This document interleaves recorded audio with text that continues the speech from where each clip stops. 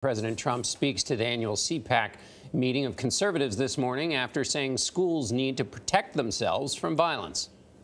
A gun-free zone to a killer or somebody that wants to be a killer, that's like going in for the ice cream.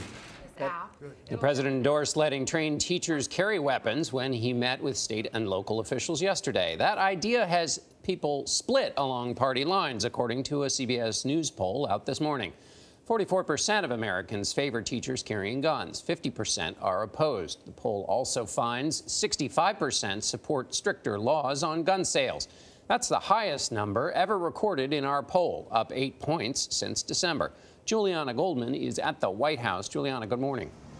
Good morning. You know, even as the president says he's open to measures opposed by the powerful gun lobby, he is most forcefully and enthusiastically backing a proposal that the NRA pushed in the wake of the Newtown school massacre, arming trained teachers. We have to harden our schools, not soften them up. President Trump doubled down on an NRA-backed proposal he first mentioned Wednesday in an emotional meeting with survivors of the Parkland, Florida shooting, arming staff in schools.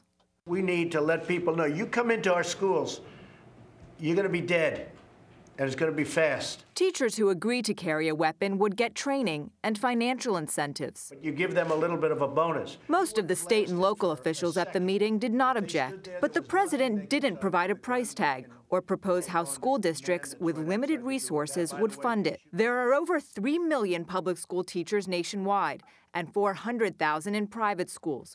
Arming 20% of them, as Mr. Trump suggested Thursday, would mean more than 700,000 people with guns in schools.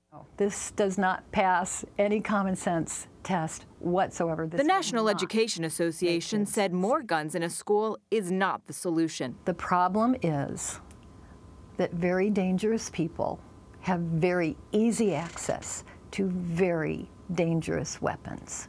At the White House, the president pushed back against the idea of active shooter drills in schools. I wouldn't want to tell my son that you're going to participate in an active shooter drill. And I think it's crazy. I think it's very bad for children. The president also called for raising the minimum purchasing age of an assault-type weapon to 21 and insisted the NRA would support him despite their current opposition to such a move. And the NRA will back it. I really feel very confident.